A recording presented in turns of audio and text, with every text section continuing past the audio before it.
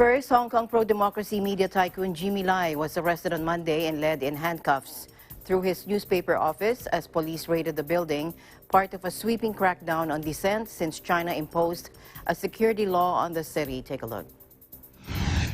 Lai, 71 years old, was among 7 people detained on suspicion of colluding with foreign forces, one of the new national security offenses and fraud in an operation targeting his next digital publishing group. It was the latest police operation against dissidents under the sweeping new law introduced at the end of June. 2 of Lai's sons were among those detained, according to a police source. The most serious national security crimes carry up to life in jail. Apple staff were ordered to leave their seats and line up so police could check their identities as officers conducted searches across the newsroom. The security law was introduced in a bid to quell last year's huge and often violent pro-democracy protests, and authorities have since wielded their new powers to pursue the city's democracy camp, sparking criticism from Western nations and sanctions from the U.S.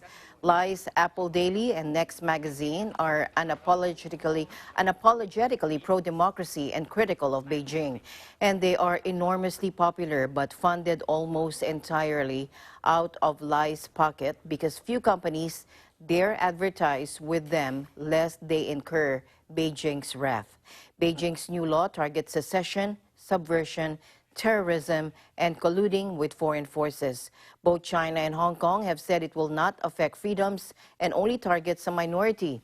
But its broadly worded provisions criminalize certain political speech overnight, such as advocating sanctions, greater autonomy, or independence for Hong Kong. Critics, including many Western nations, believe the law has ended the key liberties and autonomy that Beijing promised Hong Kong could keep after its 1997 handover by Britain. Washington last week responded by imposing sanctions on a group of Chinese and Hong Kong officials, including the city's leader, Carrie Lam.